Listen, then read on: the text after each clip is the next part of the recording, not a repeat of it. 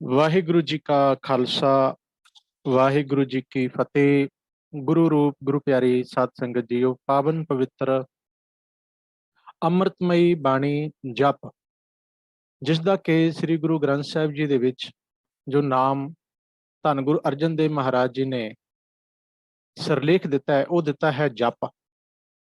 ਤੇ ਇਸ ਪਾਵਨ ਪਵਿੱਤਰ ਬਾਣੀ ਨੂੰ ਸਤਿਕਾਰ ਵਜੋਂ ਅਸੀਂ ਜੀ ਅਤੇ ਸਾਹਿਬ ਦੋ ਸ਼ਬਦ ਨਾਲ ਜੋੜ ਕੇ ਇਹਦਾ ਉਚਾਰਨ ਕਰਦੇ ਹਾਂ, ਜਪ ਜੀ ਸਾਹਿਬ। ਇਹ ਜੋ ਬਾਣੀ ਹੈ ਸਾਧ ਸੰਗਤ ਜੀ, ਇਹ ਬਾਣੀ ਧੰਨ ਸ੍ਰੀ ਗੁਰੂ ਨਾਨਕ ਦੇਵ ਮਹਾਰਾਜ ਜੀ ਦੀ ਉਚਾਰਨ ਕੀਤੀ ਹੋਈ ਹੈ। ਪਰ ਅਕਸਰ ਇੱਕ ਸਵਾਲ ਆ ਜਾਂਦਾ ਹੈ ਕਿ ਇਹਦੇ ਨਾਲ ਕੋਈ ਸਿਰਲੇਖ ਨਹੀਂ ਹੈ, ਹਰ ਕੋਈ ਰਾਗ ਵੀ ਨਹੀਂ ਹੈ। ਇਹ ਬਾਣੀ ਰਾਗ ਤੋਂ ਵੀ ਰਹਿਤ ਹੈ ਤੇ ਸਿਰਲੇਖ ਤੋਂ ਵੀ ਰਹਿਤ ਹੈ। ਫਿਰ ਅਸੀਂ ਜੋ ਪੰਜਵੇਂ ਪਾਤਸ਼ਾਹ ਨੇ ਆਦਿ ਗ੍ਰੰਥ ਸਾਹਿਬ ਦੀ ਸੰਪਾਦਨਾ ਵੇਲੇ ਜੋ ਟੈਕਨੀਕ ਵਰਤੀ ਹੈ ਕਿ ਹਰ ਰਾਗ ਵਿੱਚ ਸਭ ਤੋਂ ਪਹਿਲਾਂ ਪਹਿਲੇ ਪਾਤਸ਼ਾਹ ਜੀ ਦੀ ਬਾਣੀ ਕ੍ਰਮਵਾਰ, ਫਿਰ ਦੂਸਰੇ, ਫਿਰ ਤੀਸਰੇ, ਫਿਰ ਚੌਥੇ ਤੇ ਪੰਜਵੇਂ ਪਾਤਸ਼ਾਹ, ਤੇ ਉਸ ਤੋਂ ਬਾਅਦ ਨੌਵੇਂ ਪਾਤਸ਼ਾਹ, ਤੇ ਫਿਰ ਭਗਤ ਬਾਣੀ ਆਰੰਭ ਉਹਨਾਂ ਨੇ ਦਰਜ ਕੀਤੀ ਹੈ। ਸੋ ਉਸੇ ਦੇ ਆਧਾਰ ਤੇ ਸਭਨਾਂ ਦੀ ਸਹਿਮਤੀ ਇਸ ਗੱਲ ਤੇ ਬਣਦੀ ਹੈ ਕਿ ਜੋ ਆਰੰਭ ਵਿੱਚ ਬਾਣੀ ਰੱਖੀ ਹੈ ਉਹ ਗੁਰੂ ਨਾਨਕ ਪਾਤਸ਼ਾਹ ਜੀ ਦੀ ਉਚਾਰਨ ਹੋਈ ਬਾਣੀ ਹੀ ਰੱਖੀ ਜਾਏਗੀ, ਤੇ ਇਹ ਬਾਣੀ ਹੈ ਜਪ। ਤੇ ਇਸ ਬਾਣੀ ਦੇ ਵਿੱਚ ਕੋਈ ਇੱਕ ਪ੍ਰਕਰਣ ਨਹੀਂ ਹੈ, ਇੱਕ ਵਿਸ਼ਾ ਨਹੀਂ ਹੈ। ਤੋ ਇਹਦੇ ਵਿੱਚ ਬਹੁਤ ਸਾਰੇ ਵਿਸ਼ੇ, ਬਹੁਤ ਸਾਰੇ ਪ੍ਰਕਰਣ ਗੁਰੂ ਨਾਨਕ ਸਾਹਿਬ ਨੇ ਛੂਹੇ ਨੇ। ਇੱਥੋਂ ਤੱਕ ਸ੍ਰਿਸ਼ਟੀ ਰਚਨਾ ਦੀ ਗੱਲ ਵੀ ਗੁਰੂ ਸਾਹਿਬ ਨੇ ਕੀਤੀ ਹੈ।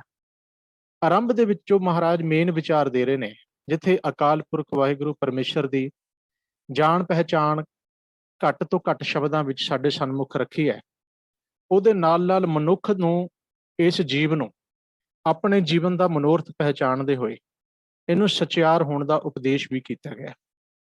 ਤੇ ਇਸ ਤੋਂ ਬਾਅਦ ਫਿਰ ਸਤਿਗੁਰੂ ਜੀ ਹੁਕਮ ਦੀ ਗੱਲ ਕਰਦੇ ਨੇ। ਫਿਰ ਗੁਰੂ ਸਾਹਿਬ ਅੱਗੇ ਜਾ ਕੇ ਤੀਰਥ ਦੀ ਗੱਲ, ਮੈਲ ਦੀ ਗੱਲ, ਇਸ਼ਨਾਨ ਦੀ ਗੱਲ, ਫਿਰ ਸੁਣਨ ਦੀ ਗੱਲ, ਫਿਰ ਮੰਨਣ ਦੀ ਗੱਲ, ਫਿਰ ਇਸ ਕਾਇਨਾਤ ਵਿੱਚ, ਇਸ ਕੁਦਰਤ ਵਿੱਚ ਪਰਮੇਸ਼ਰ ਨੇ ਕਿੰਨੇ ਤਰ੍ਹਾਂ ਦੇ ਜੀਵ ਪੈਦਾ ਕੀਤੇ ਨੇ, ਚੰਗੇ ਮਾੜੇ, ਉਹਨਾਂ ਦੀ ਗੱਲ ਕਰਦੇ ਨੇ। ਫਿਰ ਸ੍ਰਿਸ਼ਟੀ ਰਚਨਾ ਦੀ ਗੱਲ ਆ ਜਾਂਦੀ ਹੈ। ਫਿਰ ਵਾਹਿਗੁਰੂ ਜੀ ਦੇ ਇਸ ਕਾਇਨਾਤ ਵਿੱਚ ਜਾਂ ਇਸ ਸ੍ਰਿਸ਼ਟੀ ਦੀ ਰਚਨਾ ਬਾਰੇ ਭੇਤਾਂ ਦੀ ਗੱਲ ਆ ਜਾਂਦੀ ਹੈ। ਉਸ ਤੋਂ ਬਾਅਦ ਫਿਰ ਅਸੀਂ ਸੋਦਰ ਦੀ ਪੌੜੀ ਪੜ੍ਹਦੇ ਹਾਂ, ਉਹਦੇ ਵਿੱਚ ਗਾਵਣ ਵਾਲਿਆਂ ਦੀ ਗੱਲ, ਫਿਰ ਪੰਜ ਖੰਡਾਂ ਦੀ ਗੱਲ, ਫਿਰ ਆਪਣੇ ਆਪ ਨੂੰ ਘੜਨ ਦੀ ਗੱਲ, ਤੇ ਅੰਤ ਵਿੱਚ ਸ਼ਲੋਕ ਆ ਜਾਂਦਾ ਹੈ, ਪਵਨ ਗੁਰੂ ਪਾਣੀ ਪਿਤਾ ਮਾਤਾ ਧਰਤ ਮਾਤਾ। ਸੋ ਬਹੁਤ ਸਾਰੇ ਪੱਖ, ਅਧਿਆਤਮਿਕ ਪੱਖ, ਸਮਾਜਿਕ ਪੱਖ, ਸੰਸਾਰਿਕ ਪੱਖ ਇਸ ਬਾਣੀ ਦੇ ਵਿੱਚ ਛੂਹੇ ਗਏ ਨੇ। ਵਿਦਵਾਨਾਂ ਦਾ ਮਤ ਹੈ ਕਿ ਇਹ ਬਾਣੀ ਗੁਰੂ ਨਾਨਕ ਸਾਹਿਬ ਨੇ ਆਪਣੀ ਹਯਾਤੀ ਦੇ ਪ੍ਰਚਾਰ ਦੌਰਿਆਂ ਨੂੰ ਸੰਪੂਰਨ ਕਰਨ ਤੋਂ ਬਾਅਦ ਕਰਤਾਰਪੁਰ ਸਾਹਿਬ ਦੀ ਧਰਤੀ ਤੇ ਉਚਾਰਨ ਕੀਤੀ ਹੈ। ਕਿਉਂਕਿ ਜਦੋਂ ਅਸੀਂ ਜਪ ਬਾਣੀ ਪੜ੍ਹਦੇ ਹਾਂ, ਇਹਦੇ ਵਿੱਚ ਸੁਭਾਵਿਕ ਹੀ ਸਾਨੂੰ ਬਹੁਤ ਸਾਰੀਆਂ ਉਹਨਾਂ ਘਟਨਾਵਾਂ ਦੇ, ਉਹਨਾਂ ਗੱਲਾਂ ਦੇ, ਉਹਨਾਂ ਵਿਚਾਰਾਂ ਦੇ ਦਰਸ਼ਨ ਹੁੰਦੇ ਨੇ ਜੋ ਵੱਖ-ਵੱਖ ਮੱਤਾਂ ਵਿੱਚ, ਧਰਮਾਂ ਵਿੱਚ ਪ੍ਰਚਲਿਤ ਨੇ। ਜਿਵੇਂ ਕਿ ਵੇਦਾਂ ਦੀ, ਪੁਰਾਣਾਂ ਦੀ, ਕਾਜ਼ੀਆਂ ਦੀ, ਜੋਗੀਆਂ ਦੀ, ਪੰਡਤਾਂ ਦੀ, ਮੌਲਾਣਿਆਂ ਦੀ ਗੱਲ ਗੁਰੂ ਸਾਹਿਬ ਉਸ ਸਮੇਂ ਦੀ ਚੱਲ ਰਹੀ ਰਵਾਇਤ ਦੇ ਮੁਤਾਬਿਕ ਉਦਾਹਰਨਾਂ ਦੇ ਕੇ ਕਰਦੇ ਹਨ। ਕਿਉਂਕਿ ਮਹਾਰਾਜ ਜੀ ਦਾ ਹਰ ਜਗ੍ਹਾ ਤੇ ਜਿੱਥੇ ਸਤਿਗੁਰੂ ਜਾਂਦੇ ਹਨ, ਹਰ ਧਰਮ, ਮਜ਼ਹਬ, ਜਾਤ ਪਾਤ ਦੇ ਲੋਕਾਂ ਨਾਲ ਮਹਾਰਾਜ ਜੀ ਦਾ ਜੋ ਹੈ ਉੱਥੇ ਉਹਨਾਂ ਦੇ ਨਾਲ ਸੰਵਾਦ ਰਚਨਾ ਹੁੰਦੀ ਹੈ, ਗੋਸ਼ਟੀ ਹੁੰਦੀ ਹੈ। ਤਾਂ ਉਹਦੇ ਮੁਤਾਬਿਕ ਗੁਰੂ ਸਾਹਿਬ ਕੋਲ ਆਪਣਾ ਬਹੁਤ ਵੱਡਾ ਭੰਡਾਰ ਹੈ। ਪਰ ਸਮੁੱਚੀ ਗੁਰਬਾਣੀ ਜਦੋਂ ਆਪਾਂ ਪੜ੍ਹਦੇ ਹਾਂ, ਸਾਨੂੰ ਇਹ ਵੀ ਇਲਮ ਹੁੰਦਾ ਹੈ ਕਿ ਗੁਰੂ ਨਾਨਕ ਸਾਹਿਬ ਕੋਲ ਬਹੁਤ ਵੱਡਾ ਸ਼ਬਦ ਕੋਸ਼ ਹੈ, ਸ਼ਬਦ ਭੰਡਾਰ ਹੈ, ਉਹ ਗਿਆਨ ਦਾ ਖਜ਼ਾਨਾ ਹਨ। ਹਰ ਭਾਸ਼ਾ ਦੇ ਵਿੱਚ ਗੱਲ ਕਰਨੀ, ਭਾਸ਼ਾ ਦੇ ਸ਼ਬਦਾਂ ਦਾ ਧਿਆਨ ਰੱਖਣਾ, ਬੋਲੀ ਦਾ, ਉਚਾਰਨ ਦਾ, ਇਹ ਵੀ ਇੱਕ ਖੂਬਸੂਰਤੀ ਹੈ ਗੁਰੂ ਸਾਹਿਬ ਜੀ ਦੀ। ਤੋ ਮਹਾਰਾਜ ਨੇ ਆਪਣੀ ਪ੍ਰਚਾਰ ਦੌਰਿਆਂ ਦੀ, ਜੋ ਗੁਰੂ ਸਾਹਿਬ ਜੀ ਦੀ ਉਸ ਸਮੇਂ ਦੀ ਨਿੱਜੀ ਤੌਰ ਤੇ ਪ੍ਰਚਾਰ ਫੇਰੀਆਂ ਦੌਰਾਨ ਜੋ ਉਹਨਾਂ ਦਾ ਅਨੁਭਵ ਹੈ, ਜੋ ਉਹਨਾਂ ਨੇ ਬਹੁਤ ਕੁਝ ਸੰਸਾਰ ਵਿੱਚ ਦੇਖਿਆ, ਤੇ ਜਿਹੜੀਆਂ ਕਮੀਆਂ ਪੇਸ਼ੀਆਂ, ਤਰੁੱਟੀਆਂ ਸਾਹਮਣੇ ਆਈਆਂ, ਉਹਨਾਂ 'ਚ ਸੁਧਾਰਵਾਦੀ ਸੋਚ ਨੂੰ ਮੁੱਖ ਰੱਖ ਕੇ ਇਹ ਪਾਵਨ ਪਵਿੱਤਰ ਬਾਣੀ ਜਪ ਉਚਾਰੀ ਹੈ। ਤੋ ਇਹਦੇ ਆਰੰਭ ਦੇ ਵਿੱਚ ਸਭ ਤੋਂ ਪਹਿਲਾਂ ਆਇਆ ਹੈ ਜੀ ਮੂਲ ਮੰਤਰ, ਜਿਸ ਨੂੰ ਸਾਡੇ ਸਿੱਖ ਜਗਤ ਨੇ ਨਾਮ ਦਿੱਤਾ ਹੈ ਮੂਲ ਮੰਤਰ।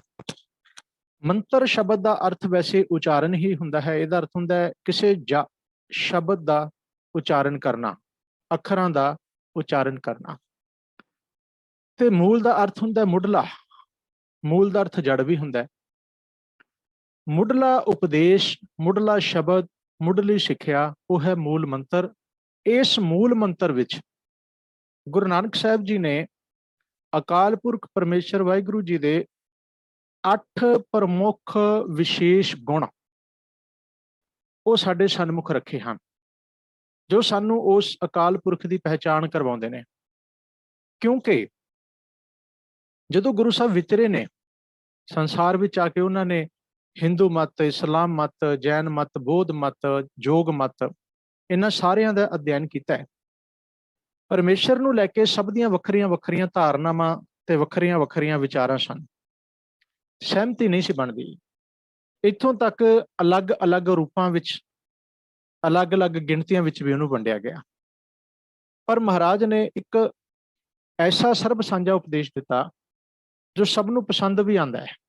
सबना दे हिरदे दे अंदर, आत्मा दे अंदर वो शब्द, वो उपदेश चोट करता है। भाव सानू अंदर तक वो उपदेश, वो सिक्ख्या साडे ज़हन विच उतर जाती है। महाराज ने ये 8 गुणां दे विच अकाल पुरख की सब तो वड्डी जिहड़ी उहदी पहचान है वो एक शब्द तो करवाई है। ते एक तो बाद ये 8 गुण बयान वर्णन करन तो बाद अखीर विच एक शब्द लिखिया गुरप्रसाद। गुरप्रसाद 8 गुणा तो वखरा है। सैपंग तक जाके अकाल पुरख के गुणा तो बाद अगला शब्द गुरप्रसाद, भाव जेड़े जीव नूं, मनुख नूं, इस इंसान नूं समझ पैनी है, इन्हें एक अकाल नूं समझना है, उहदे नाल जुड़ना है, उहनूं मनना है, उहदे विच अभेद होना है, लीन होना है, वो गुरप्रसाद द्वारा ही संभव हो सकता है। भाव ये नहीं कहा जा सकता कि कोई जीव अपनी मत, अपने ज्ञान, अपनी अकल, अपनी ताकत, अपना बाहुबल, अपनी शक्ति नाल उस एक नूं पा लेगा, समझ लेगा। नहीं, महाराज कहते सब कुछ करन तो बाद भी इस इंसान नूं गुरप्रसाद का सहारा लेना ही पैना है। गुरप्रसाद ही सानू उस एक विच अभेद कर सकता है। तो आओ हुण गुरु साहब जी ने जेड़े प्रमुख गुण रखे ने उन्हां चों सब तो पहला है जी एक ओंकार।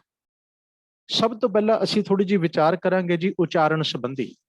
बहुत सारियां संगतां इस शब्द का, एक ओंकार का उचारण सही नहीं कर पाते। ਉਹਦੀ समझ की भी घाट हो सकती है, प्रचार की भी घाट हो सकती है, ਜਾਂ ਸਾਡਾ भी जो है ध्यान ਉਹਦੇ ਤੇ ਪ੍ਰੋਪਰਲੀ नहीं ਹੁੰਦਾ, जिस करके ਅਸੀਂ जिथों जिथों सुनिया कई तरह तो सुनते हैं तो कई रूपों में असीं ਉਹਦਾ उचारण करते हैं। कई इनू पढ़ते हैं एकमकार, कुछ पढ़नगे एक ओमकार, कई पढ़ते हैं एक अंकार। पर गुरु साहब ने, क्योंकि गुरबाणी अंदर जो महाराज जी ने दखणी ओंकार बाणी उचारी तो ਉਹਦੇ ਵਿੱਚ ਉੱਥੇ ਸਾਨੂੰ पता लगता है ये शब्द जो ऊड़ा है ना, ਊੜੇ ਦੇ ਉੱਪਰ ਇੱਕ ਲਕੀਰ ਹੈਗੇ। ਹੁਣ ਜੇ ਇੱਥੇ ਇੱਕ ਹੋਰ ਵਿਚਾਰ ਆਏਗੀ, ਜੇ ਅਸੀਂ ਇਹ ਗੱਲ ਕਹੀਏ ਜਾਂ ਕੁਝ ਸੱਜਣ ਜਿਵੇਂ ਸਾਡੀ ਕੌਮ ਵਿੱਚ ਕਹਿੰਦੇ ਨੇ ਜੀ, ਜਿਵੇਂ ਮਹਾਰਾਜ ਨੇ ਬਾਣੀ ਉਚਾਰੀ ਹੈ, ਜਿਵੇਂ ਗੁਰਬਾਣੀ ਲਿਖੀ ਹੈ, ਜਿਸ ਸ਼ਬਦਾਂ ਵਿੱਚ ਗੁਰਬਾਣੀ ਦਰਜ ਹੈ, ਸਾਨੂੰ ਉਵੇਂ ਹੀ ਉਚਾਰਨੀ ਚਾਹੀਦੀ ਹੈ। ਇਹ ਇੰਪੋਸੀਬਲ ਹੈ। ਅਸੀਂ ਕਦੇ ਵੀ ਹੂਬਹੂ ਉਹ ਉਚਾਰਨ ਨਹੀਂ ਕਰ ਸਕਦੇ जो गुरु साहब ने लिखा है। फिर सानू इस शब्द का उच्चारण इस तरह करना पएगा, एक ऊड़ाकार, क्योंकि इत्थे ओंकार तो नहीं लिखा, उत्थे तो ऊड़ा लिखा हुआ है। ऊड़े दे अगे कार लगाई है। कार का अर्थ हुंदा लकीर, लाइन, रेखा। हुण कोई भी सज्जन इहनूं ऊड़ाकार नहीं पढ़ता, पर गुरु साहब ने तो फिर ऊड़ा लिखिया। हुण इत्थों ही असीं पहली गल ते इत्थों ही साडी जिहड़ी विचार है जां साडा जिहड़ा तर्क है वो फेल हो जाता है। बाणी है जी दखणी ओंकार विच, असल च बाणी का नाम ओंकार ही है, पर दखणी दा क्योंकि वो दखण साउथ एरिया विच उचारी गई है। ओंकार ब्रह्मा उत्पत उत्पत, ओंकार किया जिन चित, ओंकार सैल जुग भये, ओंकार वेद निर्मय।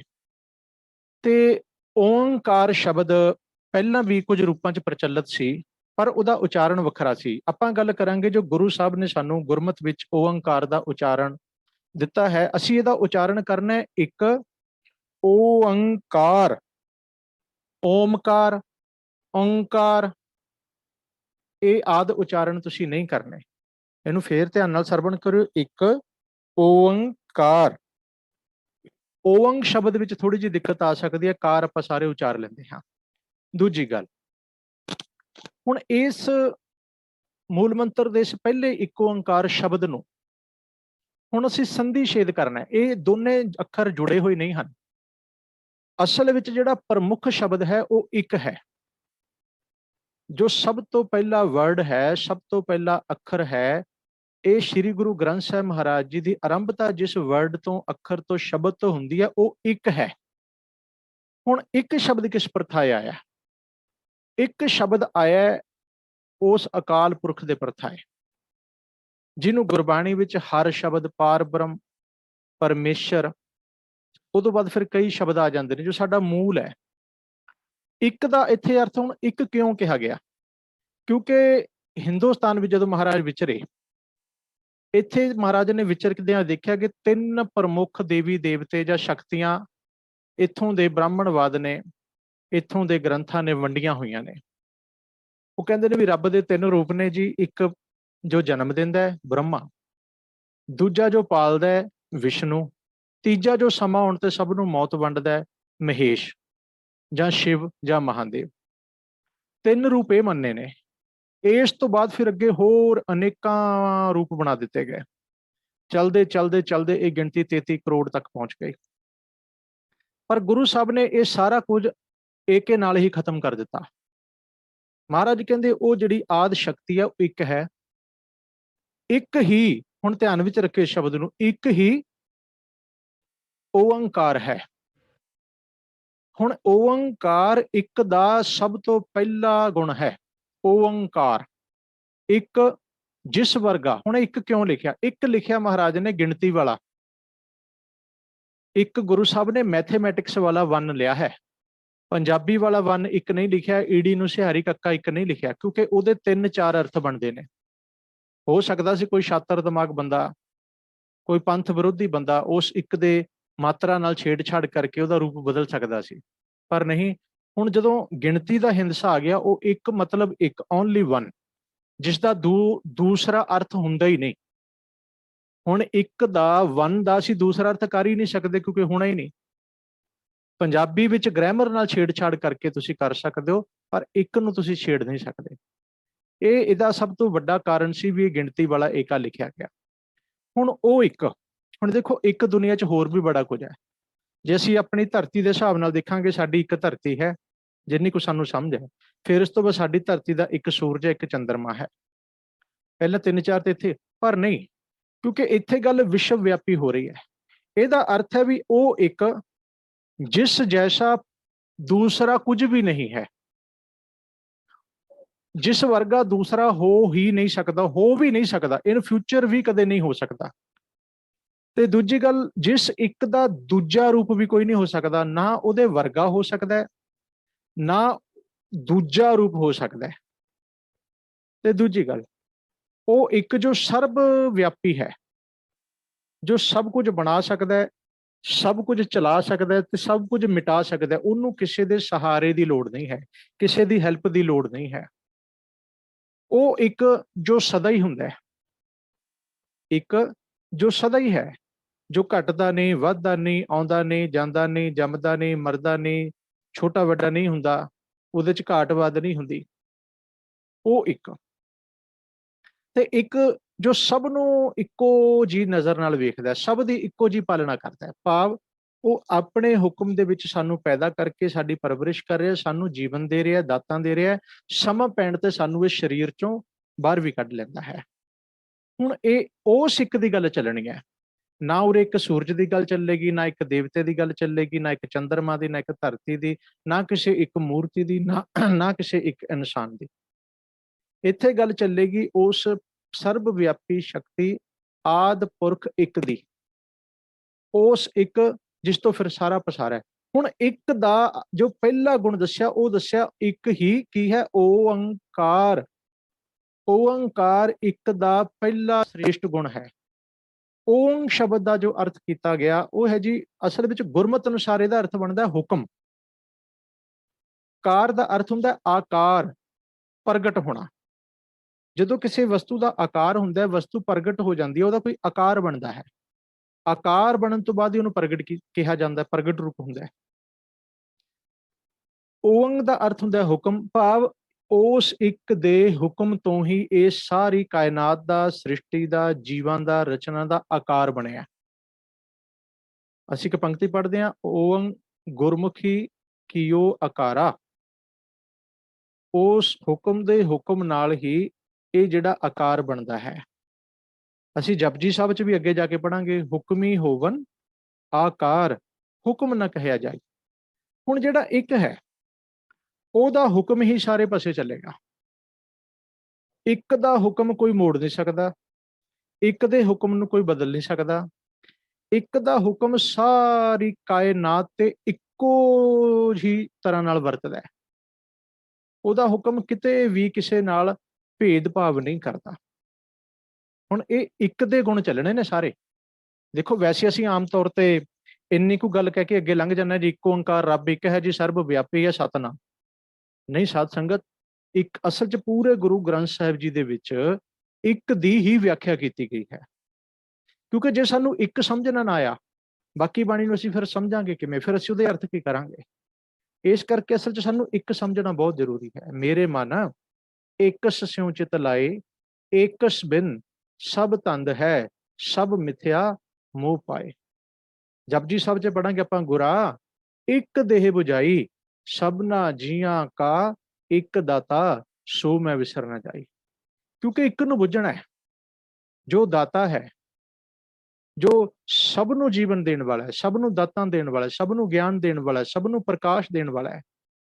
ਉਸ ਇੱਕ ਨੂੰ ਸਮਝਣਾ ਅਸੀਂ ਨੇ। ਅਸੀਂ ਉਸ ਇੱਕ ਨੂੰ ਛੱਡ ਕੇ ਹੋਰ ਹੋਰ ਥਾਂ ਤੇ ਜੁੜੇ ਹੋਏ ਹਾਂ। ਅਸੀਂ ਬਾਹਰ ਉਹਦੇ ਬਣਾਏ ਹੋਏ ਰੂਪਾਂ ਨਾਲ ਜੁੜੇ ਹਾਂ, ਉਹਦੀ ਰਚਨਾ ਨਾਲ ਜੁੜੇ ਹਾਂ, ਉਹਦੇ ਪਦਾਰਥਾਂ ਨਾਲ ਜੁੜੇ ਹਾਂ, ਉਹਦੀਆਂ ਦਾਤਾਂ ਨਾਲ ਜੁੜੇ ਹਾਂ, ਪਰ ਇੱਕ ਛੱਡੀ ਬੈਠੇ ਹਾਂ। ਸੋਈ ਸੋਈ ਸਦਾ ਸੱਚ, ਸਾਹਿਬ ਸਾਚਾ ਸਾਚੀ ਨਾਈ। ਉਹ ਇੱਕ ਦੇ ਗੁਣ ਨੇ ਸਾਰੇ, ਹੈ ਹੀ ਉਹੀ। ਆਦ ਸੱਚ ਜੁਗਾਦ ਸੱਚ, ਹੈ ਪੀ ਸੱਚ, ਨਾਨਕ ਹੋਸੀ ਭੀ ਸੱਚ, ਜੋ ਸਦਾ ਹੈ। ਹੁਣ ਇੱਕ ਦਾ ਇੱਕ ਹੋਰ ਨਵਾਂ ਗੁਣ ਕੀ ਕਰਾਂਗੇ, ਸਦਾ, ਸਦੀਵ, ਜੋ ਜਿਸ ਵਿੱਚ ਅੰਤ ਨਹੀਂ ਹੁੰਦਾ, ਜੋ ਡੈਮੇਜ ਨਹੀਂ ਹੁੰਦਾ, ਜੋ ਮਿਟਦਾ ਨਹੀਂ, ਜੋ ਖਤਮ ਨਹੀਂ ਹੁੰਦਾ। ਇਹ ਉਹਦੀਆਂ ਸਾਰੀਆਂ ਵਿਸ਼ੇਸ਼ਤਾਵਾਂ ਆ ਗਈਆਂ, ਐਡਜੈਕਟਿਵ ਲੱਗ ਗਏ ਉਹਦੇ ਨਾਲ ਸਾਰੇ। ਇਹ ਮੂਲ ਮੰਤਰ ਦੇ ਬਾਕੀ ਗੁਣ। ਮਹਾਰਾਜ ਕਹਿੰਦੇ ਇੱਕ ਓੰਕਾਰ, ਉਹਦੇ ਹੁਕਮ ਤੋਂ ਸਾਰਾ ਆਕਾਰ ਹੈ।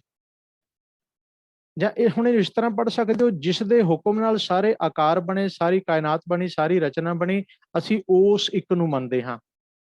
ਉਹ ਇੱਕ ਸੁਪਰੀਮ ਪਾਵਰ ਹੈ, ਉਹ ਇੱਕ ਹੀ ਸਭ ਨੂੰ ਚਲਾ ਰਿਹਾ ਹੈ। ਉਹਦੇ ਹੁਕਮ ਤੋਂ, ਉਹਨੂੰ ਕਹਿੰਦੇ ਨੇ ਕਿ ਹੁਕਮ ਤੋਂ ਬਿਨਾਂ ਪੱਤਾ ਵੀ ਨਹੀਂ ਹਿਲਦਾ। ਵਾਕਈ ਅਗਰ ਉਹਦੇ ਹੁਕਮ ਨਾ ਹੋਵੇ ਤੇ ਪੱਤਾ ਵੀ ਨਹੀਂ ਹਿੱਲ ਸਕਦਾ। ਜੇ ਪੱਤਾ ਹਿੱਲ ਰਿਹਾ ਤੇ ਉਸ ਇੱਕ ਦੇ ਹੁਕਮ 'ਚ ਹਿੱਲ ਰਿਹਾ, ਆਪਣੀ ਮਰਜ਼ੀ ਨਾਲ ਨਹੀਂ ਹਿੱਲ ਰਿਹਾ। ਇਸ ਕਰਕੇ ਹੁਣ ਇੱਥੇ ਫਿਰ ਸਾਡਾ ਜੋ ਧਿਆਨ ਹੈ ਨਾ, ਸਾਡੀ ਅਕਲ ਮਤ ਬੁੱਧ, ਇਹ ਥੋੜਾ ਜਿਹਾ ਵਿਸ਼ਾਲ ਹੁੰਦੀ ਹੈ, ਵਿਰਾਟ ਰੂਪ ਹੁੰਦੀ ਹੈ, ਇਹਦੀ ਸਮਝ ਵੱਧਦੀ ਹੈ। ਵੀ ਜਿਸ ਰੱਬ ਨੂੰ ਮੈਂ ਬਹੁਤ ਛੋਟਾ ਮੰਨਦਾ ਸੀ, ਕਿਸੇ ਇੱਕ ਧਰਤੀ ਦੇ ਇੱਕ ਹਿੱਸੇ 'ਚ ਮੰਨਦਾ ਸੀ, ਜਾਂ ਉਹਨੂੰ ਉੱਪਰ ਸਵਰਗ ਵਿੱਚ ਮੰਨਦਾ ਸੀ, ਉਹਨੂੰ ਸੱਤਵੇਂ ਅਸਮਾਨ ਤੇ ਮੰਨਦਾ ਸੀ, ਜਾਂ ਕਿਸੇ ਮੰਦਿਰ ਵਿੱਚ ਮੰਨਦਾ ਸੀ, ਵੀ ਉਹ ਵੈਸਾ ਤੇ ਨਹੀਂ ਹੈ ਘੱਟੋ ਘੱਟ। ਜਾਂ ਮੈਂ ਉਹਦਾ ਕੋਈ ਆਕਾਰ, ਉਹਦੀ ਕੋਈ ਮੂਰਤੀ, ਉਹਦੀ ਕੋਈ ਸ਼ਕਲ, ਉਹਦੀ ਕੋਈ ਤਸਵੀਰ ਦੇ ਰੂਪ 'ਚ ਮੰਨਦਾ ਸੀ, ਉਹ ਵੀ ਨਹੀਂ ਹੈ। ਕਿਉਂਕਿ ਉਹਦੀ ਤਸਵੀਰ ਨਹੀਂ ਬਣ ਸਕਦੀ। ਉਹਦਾ ਰੂਪ ਨਾ ਰੇਖ ਨਾ ਰੰਗ ਕਿਛ, ਤ੍ਰੇ ਗੁਣ ਤੇ ਪ੍ਰਭਿੰਨ, ਮਾਇਆ ਦੇ ਤਿੰਨਾਂ ਗੁਣਾਂ ਤੋਂ ਪਰੇ ਹੈ। ਇੱਕ ਦਾ ਖੁਲਾਸਾ ਕਰੀਏ ਬੜਾ ਲੰਮਾ ਚਲਾ ਜਾਂਦਾ ਹੈ। ਅਸਲ 'ਚ ਸਾਰੀ ਬਾਣੀ 'ਚ ਇੱਕ ਦਾ ਹੀ ਖੁਲਾਸਾ ਉਹ ਸਮੇਂ ਸਮੇਂ ਤੇ ਹੁੰਦਾ ਰਹੇਗਾ। ਜਪਜੀ ਸਾਹਿਬ 'ਚ ਵੀ ਹੋ ਜਾਣਾ, ਫਿਰ ਅੱਗੇ ਜਾਪ ਸਾਹਿਬ 'ਚ ਵੀ ਇੱਕ ਦੀ ਗੱਲ ਚੱਲਣੀ ਹੈ। ਓੰਕਾਰ, ਓੰਗ ਗੁਰਮੁਖ ਕੀਓ ਆਕਾਰਾ। ਓੰਗ ਆਪਣੇ ਹੁਕਮ ਨਾਲ ਹੀ ਉਹ ਸਭ ਨੂੰ ਪੈਦਾ ਕਰਦਾ, ਸਭ ਨੂੰ ਆਕਾਰ ਦਿੰਦਾ ਹੈ। ਹੁਣ ਇਸ ਇੱਕ ਦੇ ਹੀ ਸਾਰੇ ਗੁਣ ਅੱਗੇ ਬਾਣੀ ਦੇ ਵਿੱਚ ਵੱਖਰੇ ਵੱਖਰੇ ਥਾਵਾਂ ਤੇ ਗੁਰੂ ਸਾਹਿਬ ਸਾਡੇ ਸਨਮੁਖ ਲਿਆਉਂਦੇ ਰਹਿਣਗੇ। ਹੁਣ ਸਿੱਖ ਦਾ ਜੋ ਪਹਿਲਾ ਤੇ ਮੁੱਢਲਾ ਫਰਜ਼ ਇਹੀ ਹੈ ਵੀ ਸਿੱਖਾ ਤੂੰ ਇੱਕ ਨਾਲ ਜੁੜ, ਇੱਕ ਨਾਲ, ਇੱਕ ਦਾ ਹੋ ਜਾ। ਕਿਉਂਕਿ ਇੱਕ ਤੋਂ ਬਿਨਾਂ ਸਭ ਕੁਝ ਧੰਦ ਹੈ, ਸਭ ਧੰਦ ਪਿੱਟਣਾ ਹੀ ਹੈ। ਬਾਕੀ ਟੱਕਰ ਰਹੇ ਨੇ, ਦੁਨੀਆ ਭਟਕ ਰਹੀ ਹੈ ਜੀ ਥਾਂ ਥਾਂ ਤੇ। ਕੋਈ ਕਿਤੇ ਤੁਰਿਆ ਫਿਰਦਾ, ਕੋਈ ਕਿਤੇ ਤੁਰਿਆ ਫਿਰਦਾ, ਕੋਈ ਕਿਤੇ ਭਟਕਦਾ, ਕੋਈ ਕਿਤੇ ਭਟਕਦਾ, ਜਦ ਕਿ ਸਾਡਾ ਮੂਲ ਉਹ ਇੱਕ ਸਾਡੇ ਅੰਦਰ ਸ਼ਕਤੀ ਰੂਪ ਚ, ਮੂਲ ਰੂਪ ਚ, ਗਿਆਨ ਰੂਪ ਚ ਸਾਡੇ ਸਭਨਾਂ ਦੇ ਅੰਦਰ ਹੈ, ਜਿਸ ਨੂੰ ਅਸੀਂ ਬਿਨਾਂ ਕੰਨਾਂ ਤੋਂ ਸੁਣ ਸਕਦੇ ਹਾਂ, ਬਿਨਾਂ ਅੱਖਾਂ ਤੋਂ ਦੇਖ ਸਕਦੇ ਹਾਂ, ਬਿਨਾਂ ਜ਼ੁਬਾਨ ਤੋਂ ਅਸੀਂ ਉਹਦੇ ਨਾਲ ਗੱਲਾਂ ਵੀ ਕਰ ਸਕਦੇ ਹਾਂ। ਪਰ ਹੁਣ ਉੱਥੇ ਤੱਕ ਜਾਣ ਵਾਸਤੇ ਨਾ ਬੜੀ ਲੰਮੀ ਸਾਨੂੰ ਯਾਤਰਾ ਕਰਨੀ ਪੈਣੀ। ਅਸਲ 'ਚ ਜਿਹੜਾ ਧਰਮ ਹੈ ਨਾ, ਇਹ ਸਾਨੂੰ ਅੰਦਰ ਦੀ ਯਾਤਰਾ ਕਰਵਾਉਂਦਾ ਹੈ। ਇਹ ਪੈਰਾਂ ਨਾਲ ਚੱਲਣ ਵਾਲੀ ਯਾਤਰਾ ਨਹੀਂ, ਇਹ ਮਨ ਦੇ ਚੱਲਣ ਦੀ ਯਾਤਰਾ ਹੈ। ਇੱਥੇ ਸਾਡੀ ਬੁੱਧੀ ਚੱਲੇਗੀ, ਇੱਥੇ ਸਾਡੀ ਅਕਲ ਚੱਲੇਗੀ, ਇੱਥੇ ਗਿਆਨ ਨਾਲ ਅਸੀਂ ਇਹ ਸਫ਼ਰ ਨੂੰ ਤੈਅ ਕਰਾਂਗੇ। ਅਸੀਂ ਅੰਦਰੋਂ ਹੀ ਲੱਭਣਾ ਹੈ, ਅੰਦਰੋਂ ਹੀ ਗੁਆਚੇ ਹੋਏ ਹਾਂ। ਜਿਹਨੂੰ ਮਿਲਣਾ ਉਹ ਅੰਦਰ ਹੈ, ਅੰਦਰ ਹੀ ਤੁਰਨਾ, ਅਸੀਂ ਅੰਦਰ ਹੀ ਖੇਡ ਚੱਲੀ ਜਾਣੀ ਹੈ ਸਾਰੀ। ਇਹ ਸਾਨੂੰ ਹੌਲੀ ਹੌਲੀ ਜਿਉਂ ਅਸੀਂ ਬਾਣੀ ਨੂੰ ਪੜਾਂਗੇ, ਸਮਝਾਂਗੇ, ਵਿਚਾਰਾਂਗੇ, ਇਹ ਸਾਰੀਆਂ ਗੱਲਾਂ ਸਾਡੇ ਸਨਮੁਖ ਆਉਂਦੀਆਂ ਚਲੀਆਂ ਜਾਣਗੀਆਂ। ਤੋ ਮਹਾਰਾਜ ਕਹਿੰਦੇ ਇੱਕ ਸਭ ਤੋਂ ਪਹਿਲਾ ਗੁਣ ਕਿ ਉਹ ਇੱਕ ਹੈ, ਭਾਵ ਜਿਸ ਵਰਗਾ ਹੋਰ ਕੋਈ ਨਹੀਂ, ਜੋ ਸਰਬ ਵਿਆਪੀ ਹੈ, ਸਭਨਾ ਥਾਵਾਂ ਤੇ ਹੈ, ਸਭਨਾ ਦੇ ਅੰਦਰ ਹੈ, ਸਭ ਨੂੰ ਚਲਾਉਣ ਵਾਲਾ ਹੈ, ਸਭ ਨੂੰ ਬਣਾਉਣ ਵਾਲਾ ਹੈ, ਸਭ ਨੂੰ ਮਿਟਾਉਣ ਵਾਲਾ ਹੈ। ਜਿਸ ਵਰਗਾ ਦੂਸਰਾ ਹੋਰ ਕੋਈ ਨਹੀਂ, ਜਿਸ ਤੇ ਅੱਗੇ ਵੱਡੀ ਤੋਂ ਵੱਡੀ ਦੁਨੀਆ ਦੀ ਤਾਕਤ ਸ਼ਕਤੀ ਵੀ ਚੁੱਕ ਜਾਂਦੀ ਹੈ। ਜਿਸਨੇ ਸਾਡਾ ਜੀਓ ਘੜਿਆ, ਸਾਡਾ ਪਿੰਡ, ਸਾਡਾ ਸਰੀਰ ਘੜਿਆ, ਜੋ ਉਹਦਾ ਹੁਕਮ ਹੁੰਦਾ ਉਹ ਹੋ ਜਾਂਦਾ ਹੈ। ਜਿਵੇਂ ਅਸੀਂ ਪੜ੍ਹਦੇ ਹਾਂ, ਪਾਰ ਬ੍ਰਹਮ ਪ੍ਰਭ ਏਕ ਹੈ, ਦੂਜਾ ਨਾਹੀ ਕੋਏ, ਜੀਓ ਪਿੰਡ ਸਭ ਤਿਸਕਾ, ਜੋ ਤਿਸ ਭਾਵੈ ਸੋ ਹੋਏ। ਫਿਰ ਅਸੀਂ ਪੜ੍ਹਦੇ ਹਾਂ, ਏਕੋ ਜਪ, ਏਕੋ ਸਾਲਾਹ, ਏਕੋ ਸਿਮਰ, ਏਕੋ ਮਨ ਆਹੇ, ਏਕਸ ਕੇ ਗੁਣ ਗਾਓ ਅਨੰਤ, ਮਨ ਤਨ ਜਾਪ ਏਕ ਭਗਵੰਤ। ਕਿਸ ਹੀ ਕੋਈ ਕੋਏ ਮੰਝ ਨਿਮਾਣੀ, ਇੱਕ ਤੂੰ ਕਿਉਂ ਨਾ ਮਰੀਜੈ ਰੋਇ ਜਾਂ ਲਗ ਚਿਤਨ ਆਵੀ। ਕਬੀਰ ਸੂਖ ਨਾ ਇਹ ਜੁਗ ਕਰੈ ਜੋ ਬਹੁਤੇ ਮੀਤ, ਜੋ ਚਿੱਤ ਰਾਖੈ ਏਕ ਸਿਉ ਤੇ ਸੁਖ ਪਾਵੈ ਨੀਤ। ਹੁਣ ਅਸੀਂ ਸਭ ਤੋਂ ਪਹਿਲਾਂ ਇਹ ਇੱਕ ਦ੍ਰਿੜ ਵਿਸ਼ਵਾਸ ਕਰਨਾ ਹੈ ਆਪਣੇ ਮਨ ਦੇ ਅੰਦਰ ਕਿ ਅਕਾਲ ਪੁਰਖ ਵਾਹਿਗੁਰੂ ਇੱਕ ਹੈ, ਉਹਦਾ ਦੂਜਾ ਰੂਪ ਨਹੀਂ ਹੁੰਦਾ। ਉਹ ਆਪਣੇ ਆਪ ਦੇ ਵਿੱਚ ਕੰਪਲੀਟ ਹੈ, ਕਿਉਂਕਿ ਦੇਖੋ ਦੂਜੇ ਦੀ ਲੋੜ ਉਦੋਂ ਪੈਂਦੀ ਹੈ ਜਦੋਂ ਪਹਿਲੇ ਵਿੱਚ ਕੋਈ ਕਮੀ ਹੋਵੇ। ਗੁਰੂ ਨਾਨਕ ਸਾਹਿਬ ਨੂੰ ਜਦੋਂ ਮਹਾਰਾਜ ਇੱਧਰ ਇਸਲਾਮੀ ਕੰਟਰੀਆਂ 'ਚ ਗਏ ਨਾ, ਸਾਊਦੀ ਅਰਬ ਗਏ, ਇਰਾਕ, ਈਰਾਨ ਗਏ, ਉੱਥੇ ਗੁਰੂ ਸਾਹਿਬ ਨੂੰ ਇੱਕ ਫਕੀਰ ਮਿਲਿਆ, ਦਰਵੇਸ਼, ਮੁਸਲਮਾਨੀ ਦਰਵੇਸ਼। ਉਹ ਵੀ ਬੜਾ ਪਹੁੰਚਿਆ ਹੋਇਆ ਸੀ। ਉਹਨੇ ਗੁਰੂ ਸਾਹਿਬ ਨੂੰ ਇੱਕ ਬੜਾ ਪਿਆਰਾ ਸਵਾਲ ਕੀਤਾ। ਉਹ ਕਹਿੰਦਾ ਵੀ ਨਾਨਕ ਜੀ, ਮੈਂ ਤੁਹਾਡੀ ਵਿਦਵਤਾ, ਤੁਹਾਡਾ ਗਿਆਨ, ਤੁਹਾਡੀ ਸਮਝ ਤੋਂ ਕੁਰਬਾਨ ਹਾਂ। ਤੁਸੀਂ ਇਸਲਾਮ ਬਾਬਤ ਵੀ ਬਹੁਤ ਗਿਆਨ ਰੱਖਦੇ ਹੋ, ਤੁਸੀਂ ਵੀ ਇੱਕ ਖੁਦਾ ਦੀ ਗੱਲ ਕਰਦੇ ਹੋ, ਅਸੀਂ ਵੀ ਇੱਕ ਖੁਦਾ ਦੀ ਗੱਲ ਕਰਦੇ ਹਾਂ। ਉਹ ਕਹਿੰਦਾ ਵੀ ਇਹ ਗੱਲ ਦੱਸੋ ਵੀ ਕੁਝ ਐਸਾ ਹੈ ਅਗਰ ਉਹ ਖੁਦਾ ਵੀ ਚਾਹੇ ਤੇ ਨਹੀਂ ਹੋ ਸਕਦਾ? ਕੋਈ ਐਸਾ ਕਰਮ, ਐਸੀ ਗੱਲ, ਐਸੀ ਵਸਤੂ ਰੱਬ ਵੀ ਚਾਹੇ ਤੇ ਬਣਾ ਨਹੀਂ ਸਕਦਾ? ਹੁਣ ਦੇਖੋ ਬਾਣੀ 'ਚ ਪਰਮੇਸ਼ਰ ਨੂੰ ਸਰਬ ਕਲਾ ਸਮਰੱਥ ਹੈ, ਭਾਵ ਅਸੀਂ ਕਹਿੰਦੇ ਸਭ ਕੁਝ ਕਰ ਸਕਦਾ, ਸਭ ਬਣਾ ਸਕਦਾ, ਸਭ ਮਿਟਾ ਸਕਦਾ, ਜੋ ਚਾਹੇ ਉਹ ਕਰ ਸਕਦਾ। ਉਹਦੇ ਵਾਸਤੇ ਸਭ ਕੁਝ ਪੋਸੀਬਲ ਹੈ, ਉੱਥੇ ਇੰਪੋਸੀਬਲ ਸ਼ਬਦ ਹੀ ਨਹੀਂ ਹੈ। ਅਸੀਂ ਇਸੇ ਸੈਂਸ 'ਚ ਲੈਂਦੇ ਹਾਂ ਨਾ।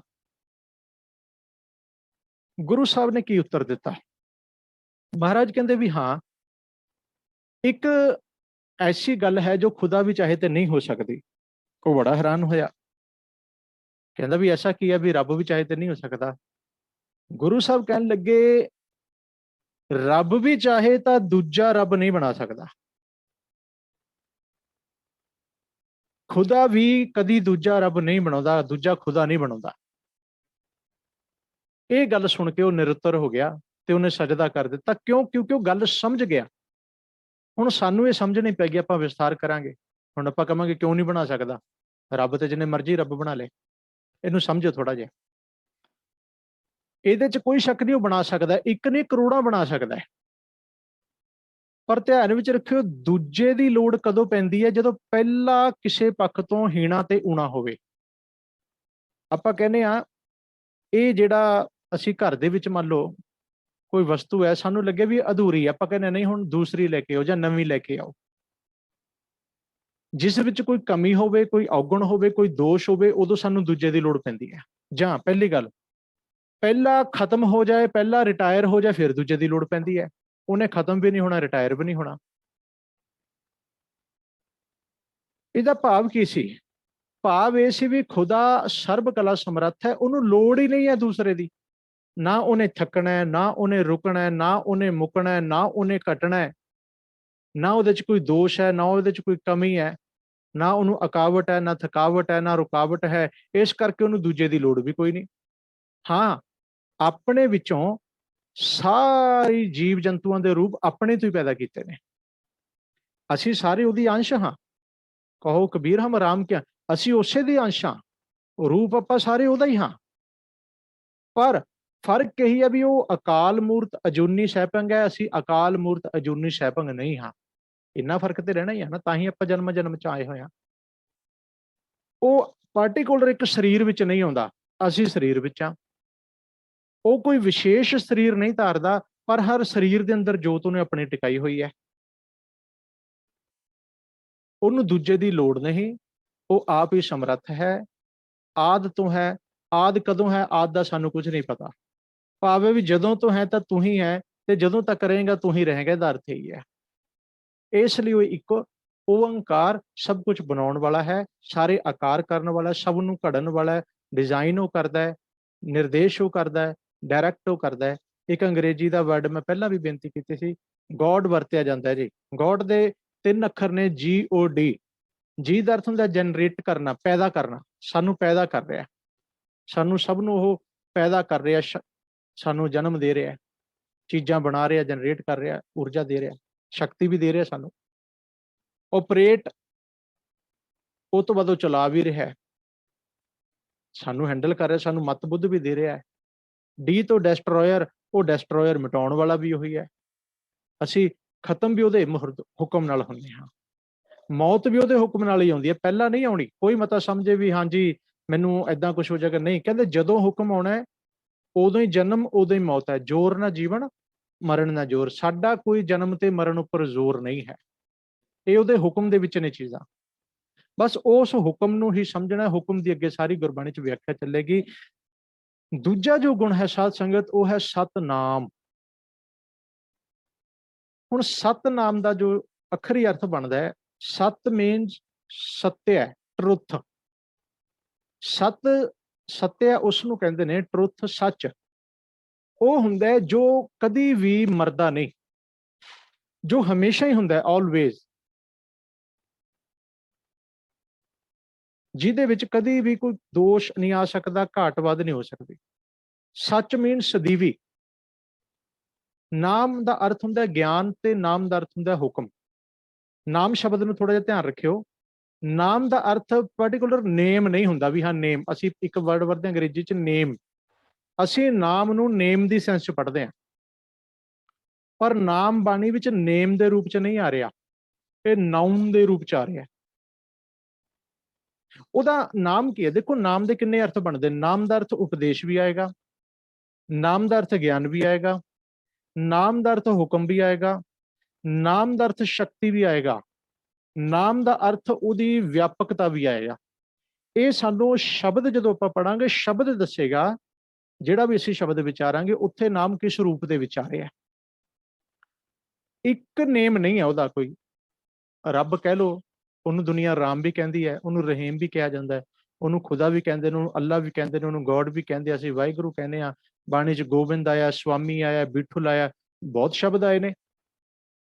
ਹੁਣ ਕੋਈ ਦਾ ਇੱਕ ਨੇਮ ਥੋੜੀ ਆ ਉਹਦਾ, ਇਹ ਨੇਮ ਨੇ, ਪਰ ਬਾਣੀ ਨਾਮ ਦੀ ਗੱਲ ਕਰ ਰਹੀ ਹੈ। ਅਸੀਂ ਪੰਜਾਬੀ ਦੇ ਨਾਮ ਨੂੰ ਅੰਗਰੇਜ਼ੀ ਦੇ ਨੇਮ ਦੀ ਸੈਂਸ ਚ ਪੜਨ ਲੱਗ ਗਏ, ਜਿਸ ਕਰਕੇ ਸਾਨੂੰ ਸਮੱਸਿਆ ਪੈਦਾ ਹੋ ਗਈ। ਬਸ ਇਹ ਜਿਹੜੇ ਨਿੱਕੇ ਨਿੱਕੇ ਫਰਕ ਨੇ, ਜਾਂ ਜਿਹੜੇ ਪੱਖਾਂ ਤੋਂ ਅਗਿਆਨਤ ਹੈ, ਇਹ ਆਪਾਂ ਹੌਲੀ ਹੌਲੀ ਸਮਝਣ ਦਾ ਯਤਨ ਕਰਾਂਗੇ। ਸਤ ਨਾਮ, ਸੱਚ ਦਾ ਨਾਮ। ਸਿਹਾਰੀ ਲੱਗੀ ਹੈ ਸੱਤ ਨੂੰ, ਜੋ ਸੱਚ ਦਾ ਨਾਮ ਹੈ, ਜੋ ਨਾਮ ਸੱਚ ਤੋਂ ਆ ਰਿਹਾ ਹੈ, ਜੋ ਹੁਕਮ ਸੱਚ ਤੋਂ ਆ ਰਿਹਾ ਹੈ, ਜਿਹੜੀ ਸ਼ਕਤੀ ਸੱਚ ਤੋਂ ਆ ਰਹੀ ਹੈ, ਜਿਹੜਾ ਉਪਦੇਸ਼ ਸੱਚ ਤੋਂ ਆ ਰਿਹਾ ਹੈ, ਉਹ ਸਦੀਵ ਹੁੰਦਾ ਹੈ। ਉਪਦੇਸ਼ ਸਾਡੇ ਵੀ ਨੇ, ਨਾਮ ਸਾਡੇ ਵੀ ਨੇ, ਗਿਆਨ ਸਾਡਾ ਵੀ ਹੈ, ਸਿੱਖਿਆ ਸਾਡੀ ਵੀ ਹੈ, ਨੌਲੇਜ ਸਾਡੀ ਵੀ ਹੈ, ਪਰ ਸਦੀਵੀ ਨਹੀਂ ਹੁੰਦੀ। ਇਸ ਕਰਕੇ ਜੋ ਉਹਦਾ ਨਾਮ ਹੈ ਉਹ ਸੱਚ ਹੈ, ਸਦੀਵ ਹੁੰਦਾ ਹੈ। ਉਹਦਾ ਉਪਦੇਸ਼ ਸਦੀਵ ਹੈ, ਉਹਦਾ ਹੁਕਮ ਸਦੀਵ ਹੈ, ਉਹਦਾ ਗਿਆਨ ਸਦੀਵ ਹੈ। ਅਸੀਂ ਪੜ੍ਹਦੇ ਹਾਂ ਏਕੋ ਨਾਮ ਹੁਕਮ ਹੈ, ਨਾਨਕ ਸਤਿਗੁਰ ਦੀਆ ਬੁਝਾਏ ਜਿਉ। ਫਿਰ ਅਸੀਂ ਪੜਾਂਗੇ ਗੁਰ ਗਿਆਨ ਪਦਾਰਥ ਨਾਮ ਹੈ, ਹਰ ਨਾਮੋਂ ਦੇ ਦਰੜਾਏ। ਨਾਮ ਦਾ ਅਰਥ ਗਿਆਨ ਵੀ ਆ ਗਿਆ, ਹੁਕਮ ਵੀ ਆ ਗਿਆ। ਜਦੋਂ ਕਹਿੰਦੇ ਨੇ ਨਾਮ ਦੇਣਾ, ਉੱਥੇ ਨਾਮ ਦੇਣ ਦਾ ਅਰਥ ਹੈ ਉਪਦੇਸ਼ ਦੇਣਾ। ਨਾਮ ਲੈਣਾ, ਅਸੀਂ ਨਾਮ ਲਿਆ, ਕੀ ਲਿਆ? ਕਹਿੰਦੇ ਉਪਦੇਸ਼ ਲਿਆ, ਸਿੱਖਿਆ ਲਈ ਹੈ। ਗੁਰਬਾਣੀ ਚ ਸਾਨੂੰ ਨਾਮ ਮਿਲਦਾ, ਕੀ ਮਿਲਦਾ? ਸਾਨੂੰ ਗਿਆਨ ਮਿਲਦਾ, ਸਿੱਖਿਆ ਮਿਲ ਰਹੀ ਹੈ। ਅਸੀਂ ਲਰਨਰ ਬਣ ਕੇ ਇਹ ਸਾਰਾ ਕੁਝ ਲੈ ਰਹੇ ਹਾਂ। ਅਸੀਂ ਹੁਣ ਜੋ ਬਾਣੀ ਦੇ ਵਿੱਚੋਂ ਜੋ ਸਮਝਾਂਗੇ ਉਹ ਸਾਡੇ ਲਈ ਸਤ ਨਾਮ ਹੋਏਗਾ, ਕਿਉਂਕਿ ਬਾਣੀ ਦਾ ਗਿਆਨ ਉਹ ਸਾਡੇ ਲਈ ਸਤ ਹੈ। ਇਹ ਗਿਆਨ ਸਾਨੂੰ ਕਿਹਦੀ ਸੋਝੀ ਕਰਵਾਏਗਾ? ਇੱਕ ਦੀ। ਇੱਕ ਦਾ ਹੁਕਮ ਕੀ ਹੈ, ਹੁਕਮ ਕਿਵੇਂ ਵਰਤਦਾ ਹੈ, ਹੁਕਮ ਕਿਵੇਂ ਸਮਝ ਪੈਂਦਾ ਹੈ, ਹੁਕਮ ਦੀ ਵਿਆਖਿਆ ਕਿਵੇਂ ਪਤਾ ਲੱਗੇਗੀ, ਹੁਕਮ ਕਦੋਂ ਵਰਤ ਜਾਂਦਾ ਹੈ, ਇਹ ਸਾਰਾ ਕੁਝ ਸਾਨੂੰ ਸਤ ਨਾਮ ਦੀ ਵਿਆਖਿਆ ਚੋਂ ਪਤਾ ਲੱਗੇਗਾ, ਨਾਮ ਚੋਂ ਪਤਾ ਲੱਗੇਗਾ। ਇਸ ਕਰਕੇ ਬਾਣੀ ਦੇ ਵਿੱਚ ਨਾਮ ਵੀ ਹੈ, ਸਾਰੀ ਬਾਣੀ ਚ ਵੀ ਨਾਮ ਹੀ ਨਾਮ ਹੈ। ਅਸਲ ਚ ਬਾਣੀ ਚ ਨਾਮ ਦੀ ਵਿਆਖਿਆ ਕੀਤੀ ਗਈ ਹੈ। ਤਾਂ ਹੁਣ ਇਹ ਦੋ ਸ਼ਬਦ, ਦੋ ਗੁਣ ਜੋ ਇੱਕ ਦੇ ਨੇ, ਉਹ ਆਪਾਂ ਇੱਥੇ ਅੱਜ ਵਿਚਾਰਦੇ ਹਾਂ। ਇੱਥੇ ਹੀ ਆਪਾਂ ਇਹਦੀ ਸਮਾਪਤੀ ਕਰਦੇ ਹਾਂ, ਤੇ ਕੱਲ ਫਿਰ ਆਪਾਂ ਅਗਲੀ ਜੋ ਵਿਆਖਿਆ ਹੈ ਮੂਲ ਮੰਤਰ ਦੇ ਵਿੱਚ ਇੱਕ ਦੇ ਜੋ ਅਗਲੇ ਗੁਣ ਨੇ, ਉਹਨਾਂ ਦੀ ਆਪਾਂ ਲੜੀਵਾਰ ਵਿਚਾਰ ਆਰੰਭ ਰੱਖਾਂਗੇ। ਸੋ ਬੇਨਤੀ ਹੈ ਸਾਰੀ ਸੰਗਤ ਨੂੰ, ਇਸੇ ਤਰ੍ਹਾਂ ਤੁਸੀਂ ਸਾਡੇ ਨਾਲ ਜੁੜੇ ਰਹਿਣਾ, ਵੱਧ ਤੋਂ ਵੱਧ ਲਾਭ ਪ੍ਰਾਪਤ ਕਰਨ ਦੀ ਕੋਸ਼ਿਸ਼ ਕਰਨਾ। ਸਾਡਾ ਯਤਨ ਹੋਏਗਾ ਕਿ ਗੁਰਬਾਣੀ ਦੇ ਗੁੱਝੇ ਭੇਦ ਜਿੰਨੀ ਵੀ ਅਕਾਲ ਪੁਰਖ ਨੇ ਸਾਨੂੰ ਮਤ ਸਮਤ ਸਮਰੱਥਾ ਪ੍ਰਦਾਨ ਕੀਤੀ ਹੈ, ਅਸੀਂ ਵਿਸਥਾਰਤ ਰੂਪ ਦੇ ਵਿੱਚ ਉਹਨਾਂ ਦੀ ਸਮਝ ਲੈ ਸਕੀਏ, ਸੋਝੀ ਲੈ ਸਕੀਏ। ਉਸ ਗਿਆਨ ਦੇ ਉਸ ਮਹਾਨ ਸਾਗਰ ਦੀਆਂ ਇਹਨਾਂ ਬੂੰਦਾਂ ਰਾਹੀਂ ਅਸੀਂ ਆਪਣੇ ਆਪ ਨੂੰ ਸਰਸ਼ਾਰ ਕਰ ਸਕੀਏ। ਸੋ ਵੱਧ ਤੋਂ ਵੱਧ ਲਾਹਾ ਲੈਣ ਦੇ ਹਿੱਤ ਨਾਲ ਹੀ ਇਹ ਗੁਰਮਤਿ ਕਲਾਸ ਆਨਲਾਈਨ ਜ਼ੂਮ ਕਲਾਸ ਆਰੰਭ ਕੀਤੀ ਗਈ ਹੈ। ਬਹੁਤ ਸਾਰੀਆਂ ਸੰਗਤਾਂ ਕੰਟੀਨਿਊ ਜੁੜਦੀਆਂ ਨੇ ਤੇ ਜੁੜੀਆਂ ਰਹਿਣਗੀਆਂ। ਹੋਰਨਾਂ ਸੰਗਤਾਂ ਨੂੰ ਵੀ ਪ੍ਰੇਰ ਕੇ ਤੁਸੀਂ ਸਾਡੇ ਨਾਲ ਜੋੜ ਸਕਦੇ ਹੋ, ਤੇ ਉਹ ਵੀ ਗੁਰਬਾਣੀ, ਗੁਰਮਤਿ, ਗੁਰਸਿੱਖੀ ਦਾ ਲਾਭ ਪ੍ਰਾਪਤ ਕਰ ਸਕਦੇ ਨੇ। ਆਪਣੇ ਕੋਲ ਤਕਰੀਬਨ 2 ਮਿੰਟ ਬਾਕੀ ਨੇ, ਤੇ ਇਸ ਤੋਂ ਬਾਅਦ ਅਸੀਂ ਫਿਰ ਇੱਕ ਅਗਲਾ ਸੈਸ਼ਨ 40 ਮਿੰਟ ਦਾ, ਕਿਉਂਕਿ ਇੱਕ ਸੈਸ਼ਨ ਹੁੰਦਾ ਹੈ, ਨੈਕਸਟ ਸੈਸ਼ਨ ਦੇ ਵਿੱਚ ਅਸੀਂ ਵਿਚਾਰ ਰੱਖਾਂਗੇ ਜੀ ਓਪਨ। ਉਹਦੇ ਵਿੱਚ ਸੰਗਤਾਂ ਨੂੰ ਬੇਨਤੀ ਹੈ ਕਿ ਅਗਰ ਤੁਹਾਡਾ ਕੋਈ ਸਵਾਲ, ਸੁਝਾਅ, ਕੋਈ ਸ਼ੰਕਾ ਜਾਂ ਕੋਈ ਵਿਚਾਰ ਹੋਵੇ, ਉਹ ਤੁਸੀਂ ਸਾਡੇ ਨਾਲ ਖੁੱਲੇ ਰੂਪ ਚ ਸਾਂਝਾ ਕਰ ਸਕਦੇ ਹੋ। ਕਿਸੇ ਨੂੰ ਕੋਈ ਝਿਜਕਣ ਦੀ ਜਾਂ ਕਿਸੇ ਗੱਲ ਤੋਂ ਹਿਚਕਚਾਉਣ ਦੀ ਜਾਂ ਡਰਨ ਦੀ ਲੋੜ ਨਹੀਂ ਹੈ। ਆਪਾਂ ਸਾਰੇ ਉਰੇ ਗੁਰ ਭਾਈ ਬੈਠੇ ਹਾਂ, ਆਪਾਂ ਸਾਰੇ ਹੀ ਲਰਨਰ ਹਾਂ। ਇੱਥੇ ਕੋਈ ਟੀਚਰ ਨਹੀਂ ਹੈ, ਕੋਈ ਉਪਦੇਸ਼ਕ ਬਣ ਕੇ ਨਹੀਂ ਬੈਠਾ, ਆਪਾਂ ਸਾਰੇ ਸਿੱਖ ਰਹੇ ਹਾਂ। ਸੋ ਇਸ ਕਰਕੇ ਸਿੱਖਣ ਦੀ ਭਾਵਨਾ ਨਾਲ ਆਪਾਂ ਇਹ ਉਪਰਾਲਾ ਆਰੰਭ ਕੀਤਾ, ਗੁਰੂ ਸਾਹਿਬ ਨੇ ਕਿਰਪਾ ਕੀਤੀ ਹੈ। ਸੋ ਬੇਨਤੀ ਹੈ ਜਿਨ੍ਹਾਂ ਨੇ ਵਿਚਾਰ ਕਰਨੀ ਹੈ ਉਹ ਜ਼ਰੂਰ ਅਗਲੇ ਸੈਸ਼ਨ ਦੇ ਵਿੱਚ ਆਪਣੇ ਵਿਚਾਰਾਂ ਦੀ ਸਾਂਝ ਸਾਡੇ ਨਾਲ ਪਾਉਣ ਦੀ ਕਿਰਪਾਲਤਾ ਕਰਨ। ਤੇ ਕੱਲ ਦੀ ਕਲਾਸ ਵਿੱਚ ਵੀ ਤੁਸੀਂ ਜ਼ਰੂਰ ਸਾਰਿਆਂ ਨੇ 8:45 ਤੇ ਜੁੜਨ ਦੀ ਕਿਰਪਾਲਤਾ ਕਰਨੀ ਹੈ ਜੀ। ਸੋ ਇੱਥੇ ਵਿਚਾਰ ਦੀ ਮੈਂ ਸਮਾਪਤੀ ਕਰਦਾ। ਅਗਲੀ ਵਿਚਾਰ ਆਪਾਂ ਅਗਲੇ ਸੈਸ਼ਨ 'ਚ ਆਰੰਭ ਕਰਦੇ ਹਾਂ। ਭੁੱਲਾਂ ਚੁੱਕਾਂ ਦੀ ਖਿਮਾ ਜੀ। ਵਾਹਿਗੁਰੂ ਜੀ ਕਾ ਖਾਲਸਾ, ਵਾਹਿਗੁਰੂ ਜੀ ਕੀ ਫਤਿਹ ਜੀ।